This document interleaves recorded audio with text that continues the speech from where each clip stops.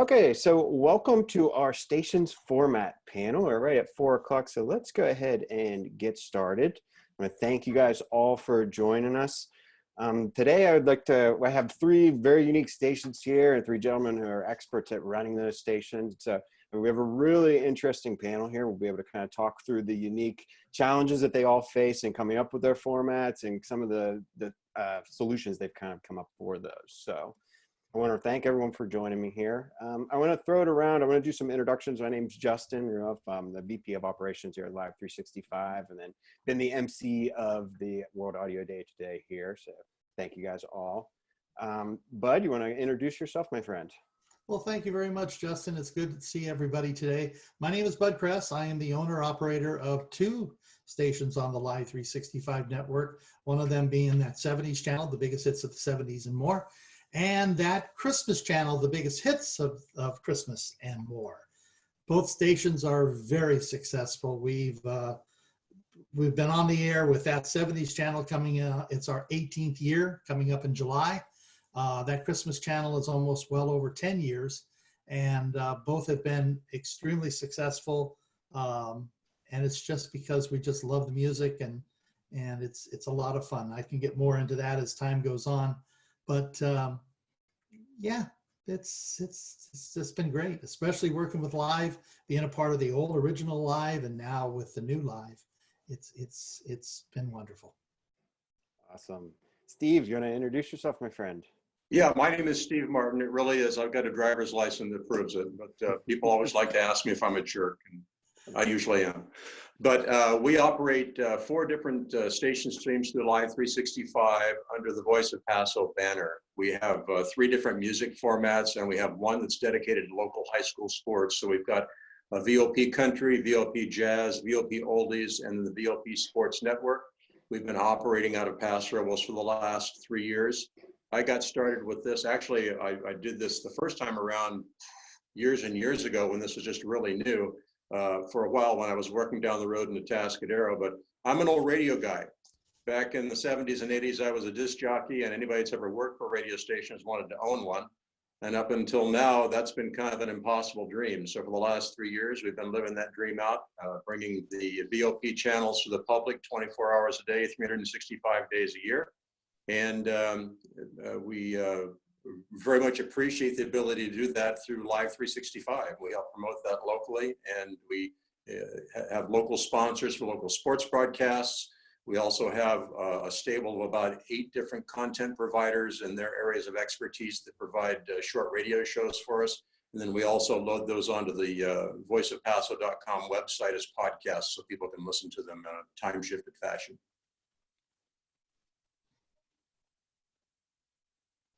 You're still muted, Justin. Are you introducing me? Yes, I was. I'm sorry. They picked today to do water line repair. Of course they are, right? Yeah, Mark, would you like to introduce yourself, my friend? I am Mark Maben. I'm a nice Jewish boy who runs a heavy metal radio station at a Catholic university. Well, it's a true story. WSOU has been on the air since 1948. We have been a metal station since 1986. We've been streaming since the mid-1990s.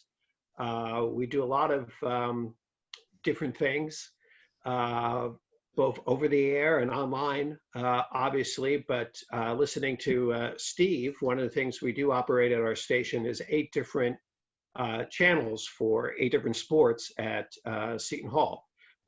So there's, lots of ways that we approach being in the audio business now. And I think that's true for everybody that's here. And then, of course, we're in a moment where we're all figuring out how to do things in a completely different new way now that we have our pandemic upon us too. So I will say it's a lot of fun what I do, and I think that's true for everyone who sticks with this business, whether you're over the air, you're streaming, you're both, whatever it might be. We do this because we love it.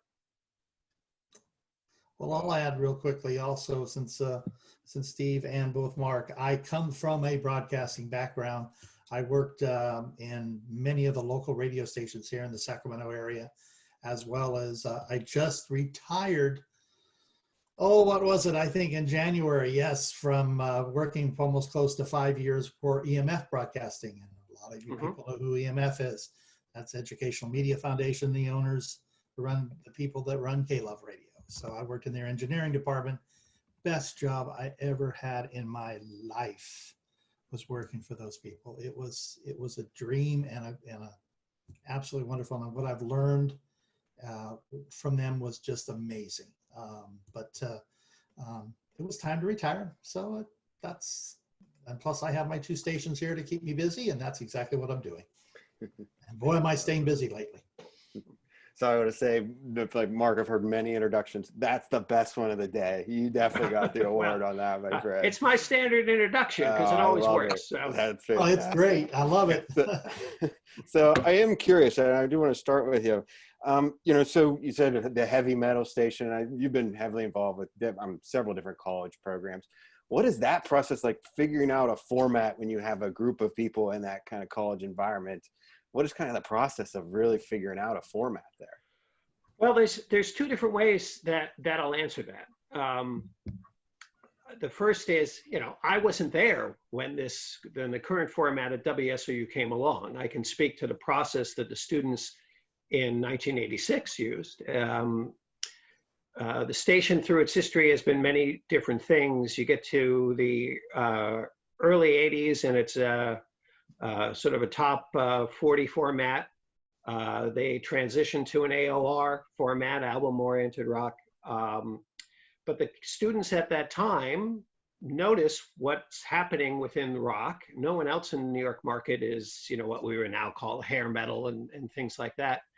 And they saw a style of music that was rising, and decided to try and capitalize on it. And to use the old cliche, the rest is history. And yeah, the format is tweaked as metal has changed. Of course, there's now dozens of different subgenres of metal and so forth out there.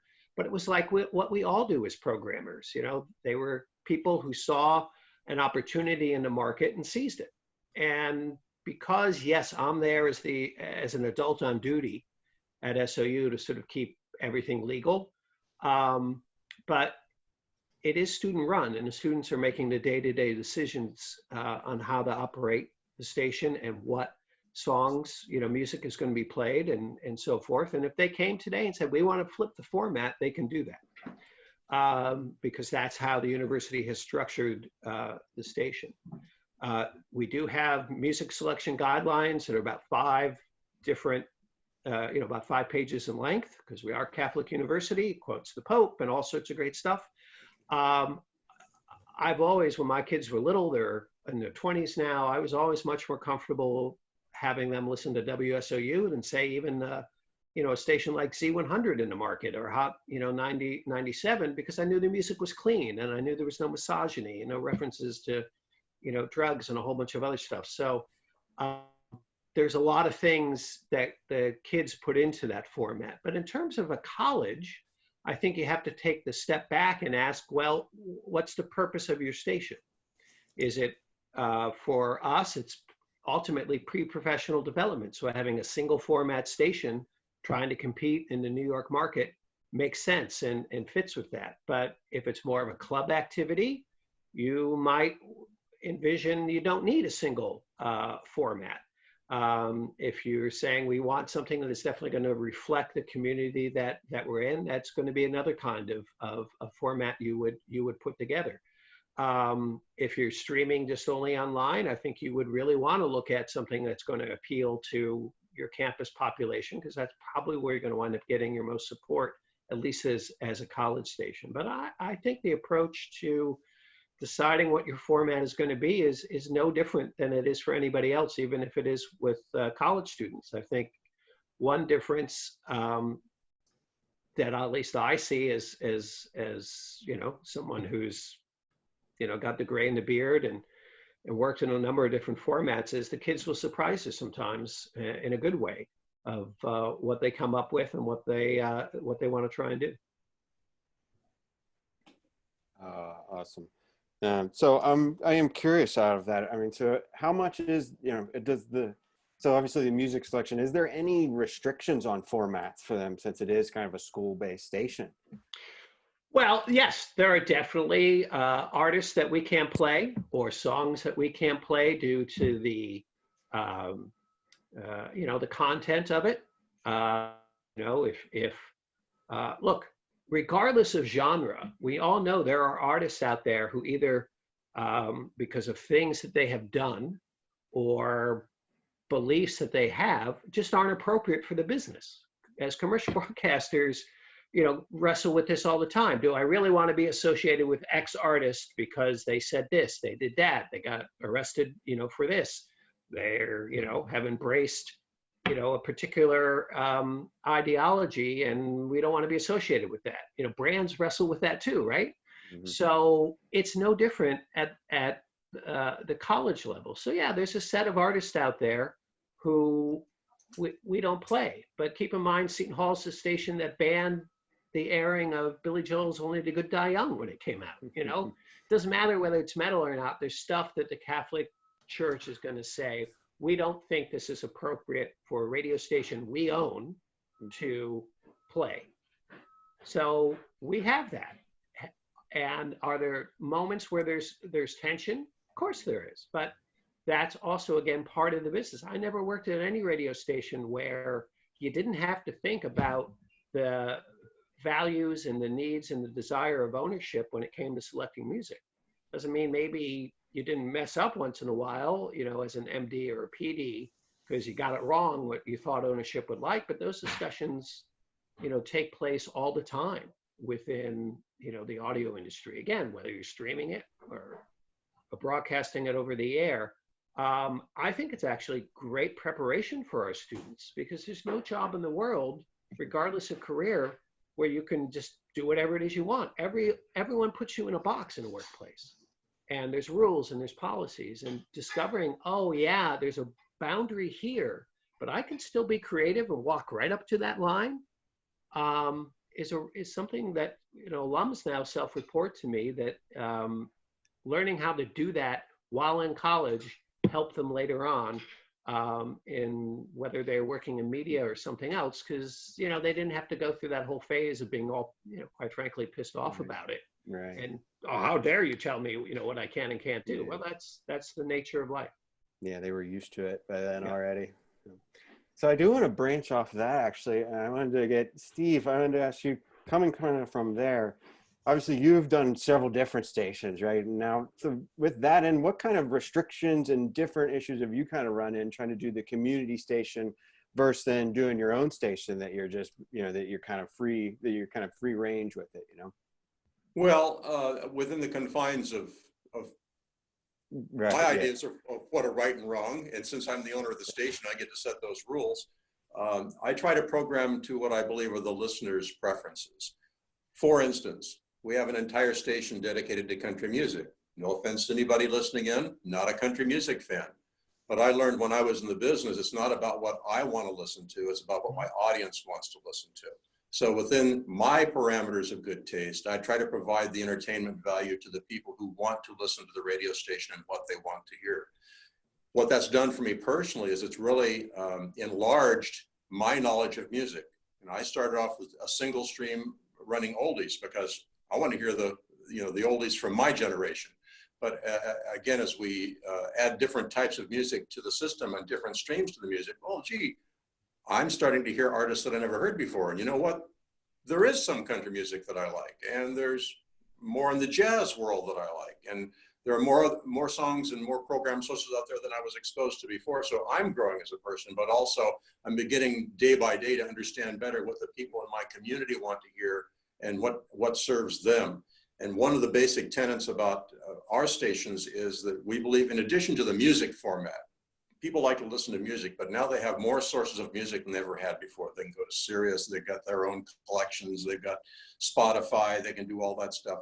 But what none of those services can do is they can't provide local content, which is why we try to focus again on local formatted information programs. We have programs on art, we have programs on tech, we have programs on business, we have programs on health.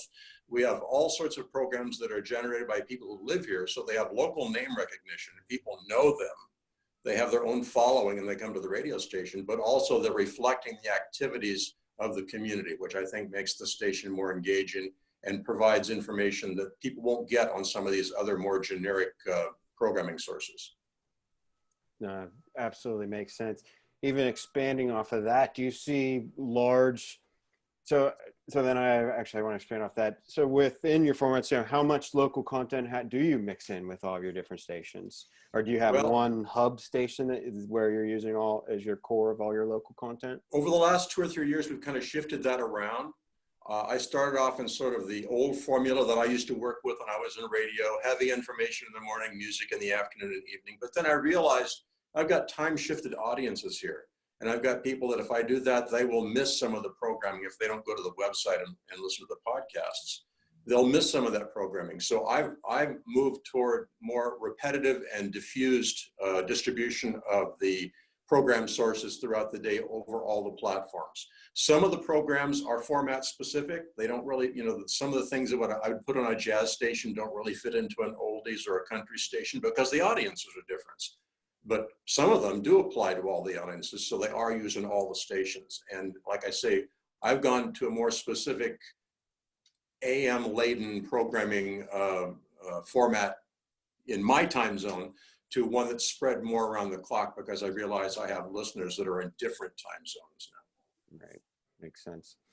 With actually can kind of even to branch off of that one more level, is most of your local based content, is that kind of like a live feed, like you're either live feeding a sports event or a town hall meeting, or is it a lot of pre-recorded stuff that you're kind of doing news updates that are across the thing? Both. All our podcasts are pre-recorded. For instance, the person that does the tech feature, he will, on his own equipment, maybe on his smartphone, record a 4 or 5 minute program regarding a certain tech element that we're going to use in a program.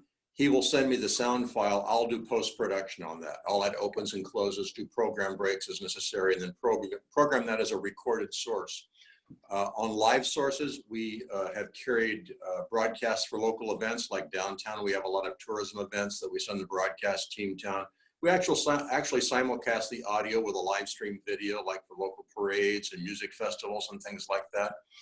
In football season, football's huge here in Paso Robles at the high school level. So we have sponsors that help us go both to home games and away games. We have a broadcast team that takes equipment to those sites, signs on through Wi-Fi and cellular to get the audio stream back to us so we can put it out over Live 365.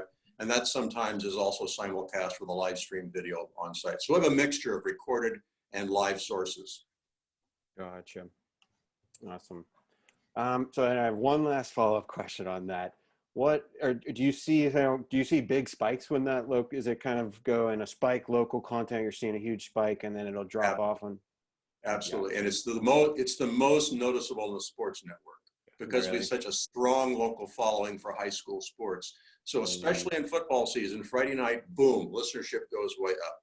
But what we saw over the last year when we started carrying other sports, other competitions that traditionally broadcast stations didn't cover. We do baseball, we do soccer, we do girls volleyball. Those have their little lifts too, because each one of those sports has its own audience of family and friends that like to tune in. And both in person and in email and on the phone, I've had people, and during broadcast, people will text into our broadcast team and say, we're listening from Wyoming and our grandson is playing in the game tonight. Thank you so much for broadcasting this because we wouldn't have been able to see it or hear it otherwise. So that's pretty gratifying. No, absolutely. Those are the emails you love to get, right? Okay, I did want to branch off, Bud. I wanted to talk a little bit about kind of the holiday season and the seasonality of stations, and kind of I'm really looking at two questions. Kind of, what do you do in the off season? Obviously, if you're running that Christmas station, what's your off season formatting kind of look like? And then, when do you kind of get ramped up for holiday season, and what does that kind of look like on a format sense? Well, that's a very good question, and I'll share it with all of you. That Christmas channel is year-round, 24/7, 365, 366 days a year. We're constantly playing the biggest hits, the Christmas and more. During the off months between January through September, through August, It basically is running on its own. It's doing its thing. We're still maintaining a very nice audience. There are people listening to Christmas all year long. Just as an example, there is probably right now, I think there's 30 or 40 people listening, which is great for the off season. I mean, if you think about it, they're listening to Christmas. Starting in July, every July I do a Christmas in July. It's basically, you know, our announcer says Santa in a Speedo. What a visual. The biggest hits of Christmas and more, that Christmas jam. So it's we just kind of promote that a little bit more and doing what we have to do. Now come starting in September is when things really start ramping up. That is because it's the Burr months. And I have found out over the years that people start celebrating Christmas, especially in the other type of the worlds, especially the Philippines. That starts their Christmas season. And so you basically gear yourself up. You got to remember, I'm just not a United States radio station. I'm a worldwide radio station. And there's just as much as people listening worldwide as there are listening in the United States. So it's one of those that I start ramping up in September, more liners, blah, blah, blah. This last year, we started adding the jocks in the 1st of October, very little, minor amount. And then some in November, we went full time with our air personalities. I'm so lucky to have those. They love doing that. But we have seen some of the logistics of that that we're working on now. I'm in the background. I'm redoing the entire library again this year because I've had over the years some tags at the end of the songs that introduce or talk about the artists. Well, those played havoc with the announcers. Basically, you know, when you have Burl Ives, Holly Jolly Christmas, and then all of a sudden, then they have to talk. That didn't work out well. So we're taking all of those out for the main Christmas season, and then put them back in during the non-Christmas, non-peak type areas. So just to keep everything active and nice.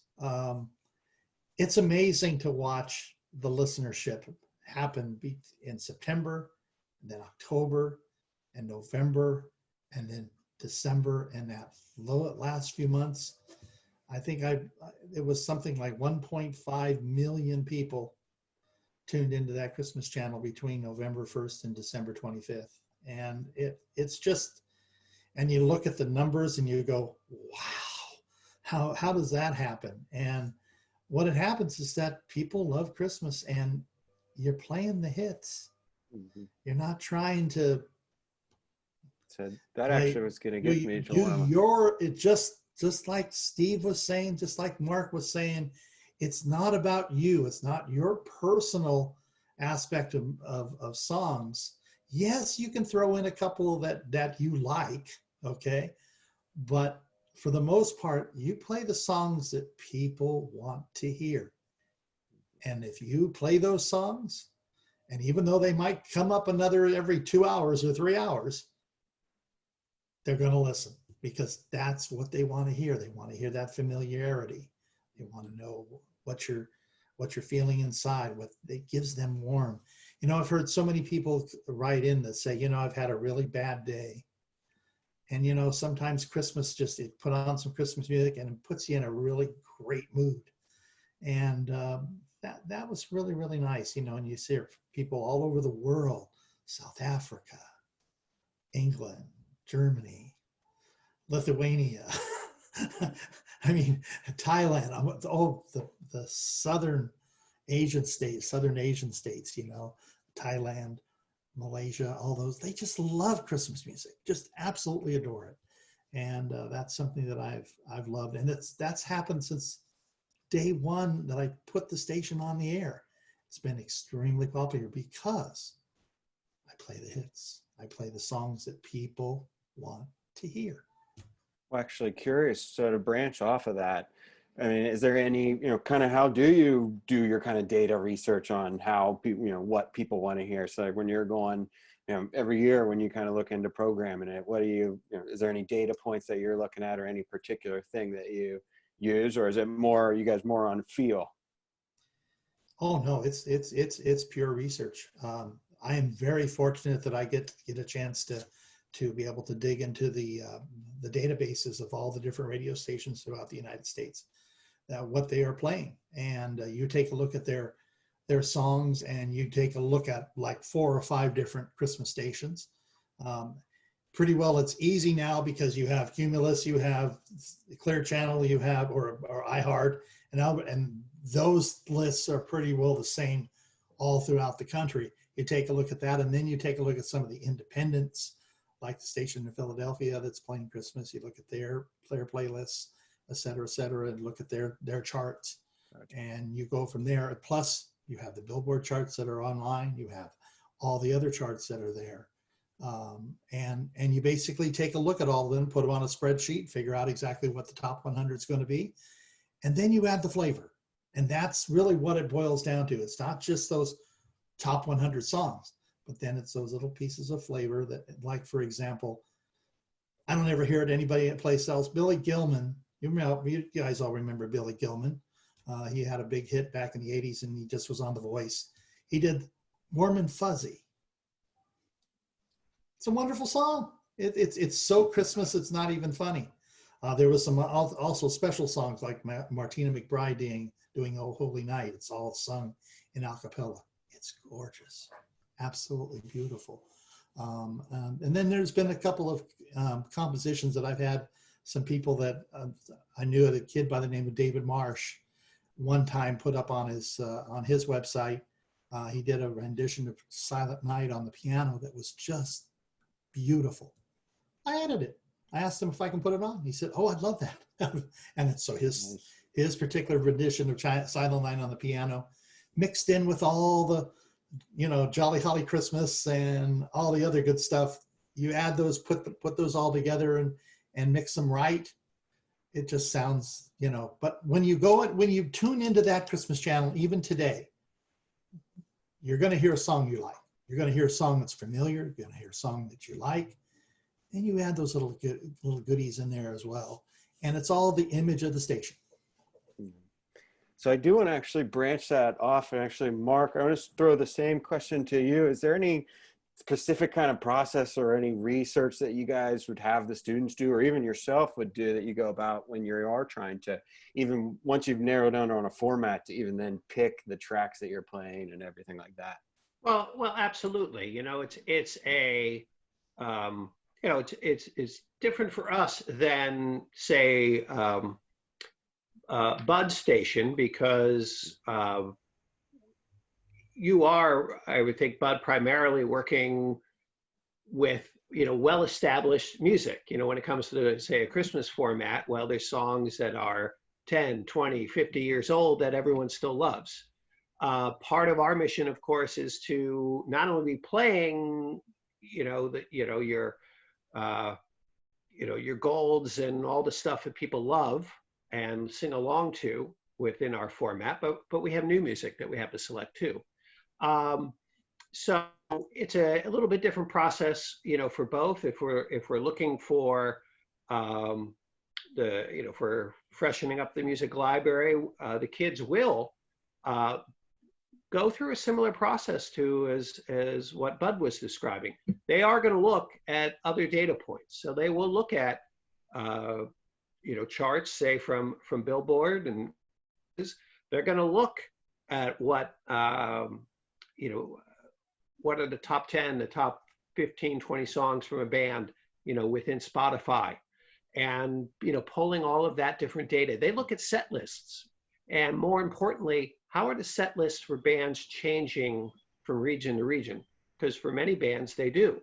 And so it's important to know, hey, when, Clutch or Metallica or Beartooth are playing in the New York or New Jersey, their set list varying from when they're in Atlanta or they're in Des Moines. And because they also are doing their research, right? And so we know, hey, they always play, these two tunes that they rarely play anywhere else when they're on the road, when they're in our listening area. So that tells us that's something that we should make sure is in our music library. And maybe that is something we make sure we pay a little extra attention to from that particular band. So kids, and certainly being, digital natives now, and, some of them love to get down into the weeds of all of that. When it comes to new music, sure, it's what's being pushed, but, we also have a reputation of helping to identify and break bands. There's been a lot of bands that got their first either market airplay or airplay ever on WSOU. And, that still comes down to, for us old guys here, sometimes that is just gut, Sometimes, you just listen to something and they may be unknown, but, the listeners are going to respond to this. We, 2 years ago, approximately 2 years ago, we had a heavy metal band from New Zealand that no one in the States had heard of. But we collectively listened to it and we said, we know this is a thing that people are going to call and ask, what's this, and call and request it. And that's, exactly what happened. So you still have that, human element to it as well. But you also have to listen to stuff and say, does this fit with what we've decided is our signature as, as a radio station? And always, it's never about what I like, our music director likes, or anyone. It's as Bud was saying, and and as Steve has talked about, as well. It's what is our audience want? It's for them. We're there to provide a service to them. And I have, as a college station, I have other things that are part of my mission in terms of, again, that pre-professional development for students and other stuff.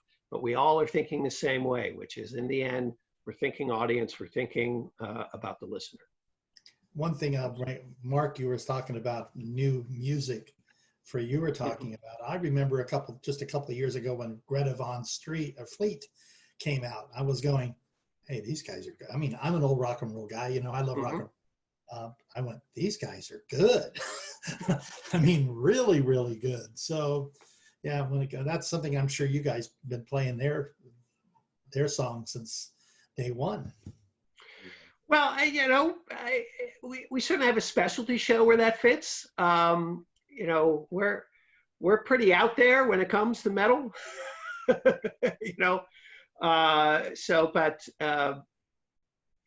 yeah, there's all sorts of good stuff that's out there. And, Steve, when you were talking earlier, look, when I came to Seton Hall 15 years ago, I certainly knew WSOU's reputation. It has produced a lot of great broadcasters, but metal wasn't my thing.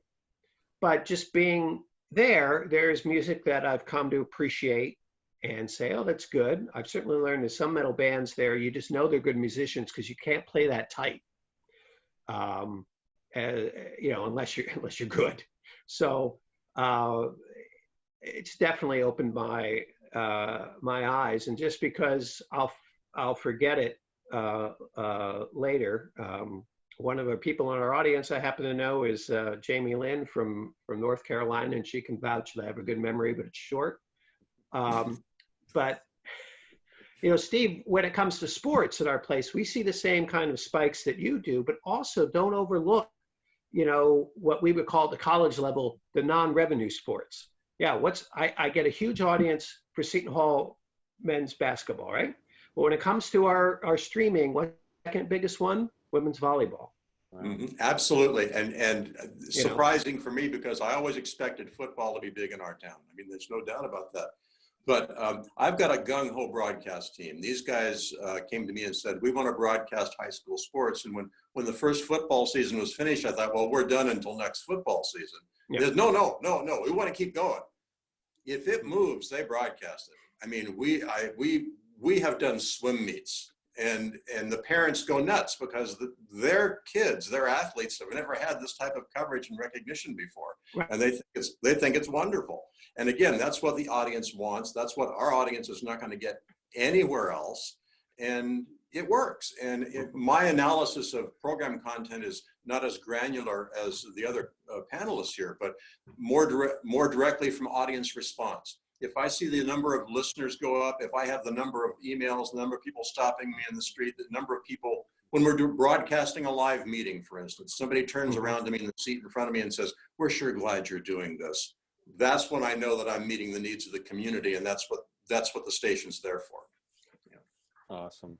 We'll add one thing to what Mark was saying about when you don't know necessarily about music and you have to keep an open mind. One of the kids kids I know real well introduced me, about 4 years ago to the world of hip hop. Now, I don't know anything about hip hop. I mean, absolutely, it all sounded the same. Today, I can tell you something that's good and something that's not good, because he taught me, this 21-year-old kid who loves, like Tech Nine and some of the other people, showed me what it was all about. What are they talking about? How are they doing it? What's going on? He has his own studio sitting upstairs, and he brings a lot of people through to basically, I can, I'll listen to what they're doing and I'll come back and he says, "Well, what do you think of that, bud?" I said, "They'll never make it." But yet on the other hand, there's some other people I'm saying, "Hey, that kid was good. That was really, really good. He nailed it right on the mark." So yeah, you were saying you have to have an open mind, especially with music. Open mind is very important. Wow, awesome. So I do want to sprinkle in a couple of our audience questions here in our last 20 minutes here. We can kind of sprinkle those in and go to our last topics. You guys are welcome to enter any questions you might have to our Q&A section. My first one, and you guys are all have different station styles and different kind of goals that are happening with those stations. So what is it that is kind of your main I guess kind of a definition of success? So like every day you're tracking that, you're going in and saying, "Oh, hey, this is happening on the station." So I'd be curious, Steve, you want to start us off, my friend? Audience feedback, number one. Audience feedback, sponsor feedback. Because just as when I was working in radio in the traditional sense, we can talk all day and all night long. If nobody's listening and nobody's reacting to our message, and we're not doing anything. So if somebody reacts to what we're doing, if a sponsor gets a reaction on what we're doing, then that's the real thing that satisfies me, to know that people are engaging, people are listening, and that we're actually communicating with people. Communications has been, it's my career, and communications is at least a two-way street, if not more than a two-way street. You can't always be talking at an audience. You have to be talking with an audience. Sure, makes sense. How about you, Mark? Well, I think, we're measuring success by several benchmarks, each day. It sounds perhaps silly, but the truth is, did every kid show up that day? I don't generally have a problem with that, but you are dealing with a student population. So has everyone fulfilled, their responsibilities? And, are they taking the job that they have, whatever it is, seriously? That's very important. And again, that gets to the educational, experiential learning mission that we have, because we're a college station. Sure. Very much so like Steve's, are we getting listener reaction every day? Are they calling in, when it's an on-air giveaway? Are they making, requests? Has, the DJ, done something to, spark that reaction and get people talking, texting in, posting on our social media? We need to see that audience engagement. Are we seeing, the other feedback? Are we hearing from the bands that we're supporting, say in new music, that they're hearing that what we're doing is having an impact for them? What's the feedback when we're at a remote or at a concert, and what are we hearing back from folks there? It has to be about the audience. We aren't a radio station that's doing it just for the person who's on the air. And I'm not going to criticize, places. There's some, college stations out there where it is about you going on and having your shift, your show, and doing your thing. And if that's what the mission of the station is, that's great, you know. But our mission is different. Our is to make sure that we're serving an audience. And then the other thing is that's very important for us is what is that localization that Steve talked about earlier? You know, for us, that is very often our news component. You know, we know from audience research that we've done that for a majority of our listeners, our newscasts are the only broadcast news that they'll get over the course of a day. You know, they're not necessarily sitting down or, you know, listening to 1010 Wins in the market. They're not watching you know, the CBS Evening News or anything like that. So we're it in terms of having a curated newscast that's, you know, straight ahead. So if we're getting that done and we know we're good in our story selection and we're passing on information that we think our audience needs, that's another sort of daily, you know, benchmark for us. And that's a relatively new thing for us that, you know, has blossomed over the last 10 years of understanding much more than I think the station had since the 70s. It's that news component being very vital for our audiences, as well as how we feel that we serve the community. Awesome. And Bud, how about you, my friend? What do you look at as your definition of success? Oh, it's a little bit different from my other two colleagues there. That's the point of this session. That's right. What makes this so great. You guys are all vastly different. I think when you look at the numbers that are coming in every single day, you're looking at Christmas time, on Christmas Eve, 4,000 listeners at one time. And basically those are almost maintaining all the way through that. All those people are listening, they're listening to your station. You must be doing something right. And with all the choices that's out there, terrestrial stations having, you know, and I still play 4 minutes of commercials every single hour and it's still doing well. So I'm doing something right. So would you say concurrent is that one the big ones that you're looking on? Like you jump online, or what's the first 3 things that you're looking at there as your stats? At my stats, looking at simultaneous listeners, that's number 1. Looking at what I did the day before, and looking what I did year to date, and basically what I did last year, what I did this year, and believe me, it has changed. And there's a little bit of difference too in that aspect, and where you are in your where people come to the site. If you're buried someplace, you're not going to get a lot of listeners. But if you're doing well, then you get raised up to the top, you know, and when you come onto that first page and people are going to click on you, and then they're going to stay with you because they like what they hear. I've been very, very fortunate all the years that I've been on that Christmas channel that I've done well. So it deserves that status of being up on when you come to the page. You either come to Live 365 or you come over to the other major portal that's out there. I'm lucky that I've done well, so I've got that capability of being moved up to be able to be, I'm low bearing fruit, as they say, which is important. And then that gives you those ratings and those numbers, and those numbers they just keep moving up and if you put out a good product. Now, if you do have a good product, people are going to go away. It's not going to make any difference. But if you have a good product, they stay along. And I found that out this last Christmas. I mean, here I was, and I'm telling you, what a wonderful joy when you wake up there on Christmas Eve. And I was in Hawaii, as a matter of fact, and looking out the window. By the way, I was sick as I could possibly be on Christmas Eve.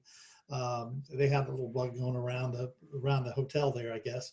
And but I wake up and I'm looking at this beautiful ocean, and I'm looking at my numbers, and I'm going, yes, that's so cool. Awesome. No, and I think that's what made, I mean, you guys are all kind of having different aspects and you're all for different goals, of course. So I think that's what makes this such a cool group here. I do want to turn the conversation a little bit, our last 15 minutes here. I want to kind of address an elephant in the room in terms of formats that everyone has right now. It's actually the elephant in the room that has allowed me to be able to help post this conference, and is the reason all of you guys are at home and have relatively open schedules, of course. So I want to talk about COVID-19 and talk about how that's kind of shaped some of the formatting in your station. I mean, Steve, I'd love to start with you. I know everyone's probably doing PSAs, but has that shaped any of the content that comes on your station, or more meetings that have to come through? What does that kind of look like? Yes. Well, first of all, as you know, I happen to be the mayor of Paso Robles, so I've been using my stations to put out public service information about local COVID-19 resources, the status of public health, et cetera. And in addition to that, making the channels available, the news channels that we use, available to get that information out. For instance, I've done a lot more interviews recently with county public health officials, with county supervisors, with the school superintendent, with other people who are directly involved in trying to manage the situation here locally. And then for our local businesses who are really suffering, you know, we're a tourism area, so our restaurants and our hotels are just really having a tough time. So I've reached out to them, put them in contact with the economic development resources the city is making available to make sure they get maximum benefit there, but also offering them free promotion and access to our radio stations. So during this period of time where they're just having a difficult time keeping the doors open, they don't have to lose their audience's familiarity with them. They don't have to wait until this is all over and then start building back their image all over again. We want to make sure that people realize that even though things have changed, things are different right now, the stores they've shopped at, the people they've done business with, the schools they've sent their kids to, all these things are still in operation and they're still accessible to them in one way or another. So that's taken up a lot of our time over the last 30 days. Oh, I imagine, absolutely. How about you, Mark? What have you been seeing in the college environment as well? Obviously, that's hit schools pretty heavily. Yes, and we've sort of gone through phases, you know, on it. At the beginning of March, we really ramped up in terms of our COVID-19 response. We started running PSAs about it. March 2nd or 3rd was when we started, you know, our first campaign on that. It was always covered in every newscast, and being in New Jersey and being a station that reaches, you know, the 5 boroughs of New York, as well as, you know, a big chunk of northern New Jersey, that, you know, we're here in one of the hot spots for the nation. And we have a long history of responding in emergencies to our audience. We have actually very good relationships with a couple of our local OEM offices. But what we never anticipated was the fact that campus would close and the students would be, you know, sent away. And, you know, when it's a blizzard or a hurricane, you can, you know, get a dozen kids together and they can hunker down for 30 hours and keep the station going and work in shifts and all of that. And we did lose that opportunity. So we had to think of new ways to do that. So, you know, we now, through sharing it on our socials and other ways, our news department is still putting together a daily audio update on what's been happening with COVID-19 in the market. But they're not, you know, that's getting produced at home and not, you know, at the station. We are changing the PSAs, and like Steve, we are, most of the revenue that runs the station every year comes from underwriting. And most of the underwriters we have are all closed right now, and they're all in businesses that are being hammered. You know, I have restaurants that have been with us for years, right? I have large venues and small venues that have been with us for years. You know, all of that stuff is shut down.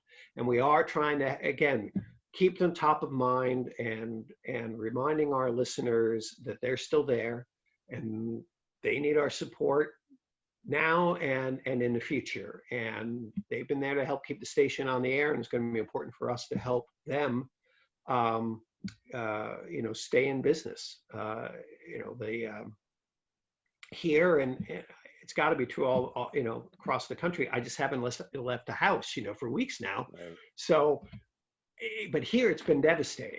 And that ability to make sure that we as people who are serving audiences with an audio product are not only giving the health information, the important information, but, you know, we do want to make sure that we help people all work together with us as we work our way out, you know, to the other side. There is an other side to this, and we all have a role to decide what our lives look like post this and what kind of communities we're going to be. And I think we're all, those of us who are, again, who are in this audio business, we're in a really great position to help drive, you know, drive that conversation. So I know my students want to have that kind of dialogue from my conversations with them. And I think we'll do that. But right now it is more essential information, and 120 kids work at the station. I have a responsibility to make sure they're safe. Wow. I actually want to branch one off of that to 120 kids there, and then you have them all telecommuting now running the station, right? Well, it's a smaller team. It's really, you can't have 120 of course. people working remote. At least we're not equipped for that, you know. So it is a more select group, if you would. But even so, I mean, we went to social distancing at our station. You know, no one could hang out by I guess it was March 7th. You know, only one DJ and a newscaster in their separate studios anyway could be at the station. You know, the kids lost that ability to just hang out there and be, you know, for those of you who ever worked out in a college station, well, that's what you do. You know, you hang out there, you crash there, you know, that's where you socialize. So that was already very hard for them. But we had to make that choice because, again, you have to keep them safe. And, you know, for this, the responsibility I have as you know, a university employee, to student safety is paramount. You know, that's drilled into us. And normally we think of student safety in other ways, but protecting them from a disease that none of us have immunity to yet is, you know, is critical. Right. Absolutely. So I did actually want to put one spin on that, because we have, I thought one of the very interesting kind of trends that had come from this was people trying to absorb more Christmas-based music and then more kind of putting their lights out. And so I wanted to throw that question over to Bud. Have you seen any upticks in kind of off-season Christmas intake as a result kind of that? There are days it goes up and then days that it just levels out. So you see random spikes essentially that come from it. There's little spikes that's going on, but it is better, believe it or not, than it was last year. At this time last year, it was a lot less for listenership than it is today. Right. And just to add what you were talking about, I look at the numbers and stuff like that. I was happy when I first started these two radio stations, when I had one listener. That gave me just as much joy as 4,000, okay, or 1.5 million. It doesn't, it's that one listener, is that one person that I've made their day, is what I think is the most important thing that I do. And that's the one thing I'm most proud of these two radio stations, that I'm touching people every single day, which is what I did in my radio career when I was in radio as it was. And, you know, you think about that. Yes, I can't talk to that one person that used to live right. For example, when I was at B101 in Stockton, California back in the 80s, the kid that lived below me, him and his wife had their very first baby. Well, on the radio that afternoon, I announced the birth of their son on the radio, and they're in Stockton. You know, Stockton has a brand new resident. And I remember coming home and he was saying that he just got home from the hospital and he was sitting on the end of the bed, just got out of the shower, basically kind of relaxing a little bit. And then coming through the radio, he hears the birth of his son. Wow. I don't think it gets any better than that. It just doesn't. No, it doesn't. It's really that's fantastic. So I know I got 5 minutes left here, and I do have a bunch of questions. So I do want to throw some of these out here. One of my first ones here is going to go, how do you feel about contests and promotions on your stations and within your format? So I'll throw it up as an open floor if anybody has any opinions or Well, for do or this against. as a lightning round. Yeah, absolutely. For us, very important. We're doing on-air contests, promotions every single day, except Sunday. You know, that's the one day we're not heavy metal. Yes, it's great for audience engagement, and you know, it's also a great way to build partnerships in the community. So, if you can put resources into that, do it. Awesome. And for me, it's something in my to-do list. We have not gotten into that very heavily. We've been focusing really on developing program content, but I think definitely it's valuable as a promotional tool in the future. Same here.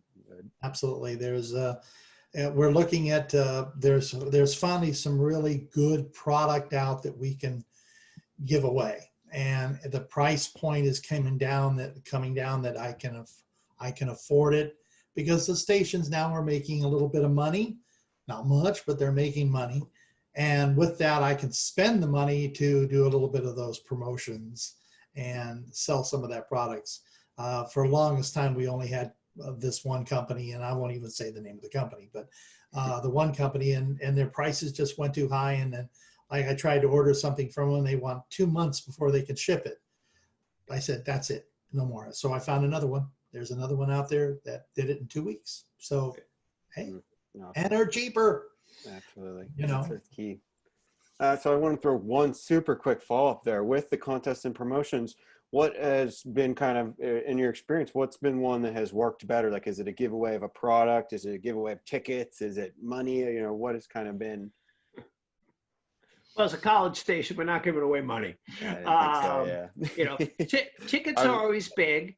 You know, station merch is you know, it's still big. You know, people still love to get a hoodie or a T-shirt. You know, it's we should never overlook, you know, some of those small things. You know, if we're doing a meet and greet with a band or something like that, those are obviously, you know, big as well. But just the old radio standard stuff, you know, we haven't changed it in 40 years as radio stations, because it still works. You know, sometimes, you know, when a system is working, you just leave it alone. Yeah, and I think sometimes the temptation is that bigger is better, and you give away a big prize. And I remember one of my best friends that used to work on radio. He was a radio announcer, and about him, it was all about framing the competition. He would have a daily competition on his radio show. His prize, a shiny new dime. People would come to the radio station to pick up their dime, and some of them would frame it and put it on the wall because they won the contest that day. That's great. Oh man, that is genius. That's awesome. Okay, so I got 2 minutes left. I'm going to fire one last question up from the audience. We can do a lightning round. This is a little bit away from the formats one, but this everyone wants to know, what kind of software does everyone use kind of for automation, basically, out of here? And so I'll go around the horn, kind of a quick one. Bud, you want to start us off? I am very, very proud to say that I use Station Playlist. It has absolutely, it is, it's the bomb. It is, it has, for the price that you're paying for it and what all the features it has, the voice tracking, especially since my particular system is up in the cloud. I don't have a server right here underneath my desk. My station is sitting up in the cloud. And because I can use voice tracking with that, I don't have to worry about, oh, the internet's down again. Right. Yep. So luckily, everybody over at Abovecast does a really good job at that. Awesome. How about you, Steve? Over the years, I've used 3 different packages. I started out with OTS. I was working with Station Playlist for several years. Now I've got a couple of stations running on Play It Live. Play It Live is the basic product is free. There are low-cost add-ons. Doesn't have all the bells and whistles of Station Playlist, but it's adequate for somebody that wants to do most of the functions of an automated radio station. Awesome. And how about you, Mark? Well, the university likes us to have equipment that students are likely to encounter on an internship or career. So we use NextGen on the automation side, Music Master for music scheduling, and we have Promo Suite as well for all the on-air contesting. Awesome. That's fantastic. Jerry, one of my panelists earlier from Music Master, would be super happy to hear that. That's for sure. I've also loved using Music One. Steve from Music One, they had a really great program generator, basically, and that was used in the old system of Live 365. So it was Steve did wonders for me when it comes to that one during those original days back when we had to use the Nanocaster at Live 365. If those people, if you all remember that was brutal. Making that work was brutal, but it. We'll have to do another panel about that one. Oh yeah, that would be fun. That's for sure. All right, guys. Well, I am up against it and out of time. I want to give a huge thanks to Bud, Steve, and Mark. Guys, I really appreciate you coming on, spending the hour with me, and for all of our guests. It's awesome for you guys to volunteer your time. I know everyone had a ton of better things you guys could have been doing right now. And so to give me the hour and hang out and chat was fantastic, you guys. So thank you. Awesome. Yeah. All right. Thank you, Justin. Thank you, guys.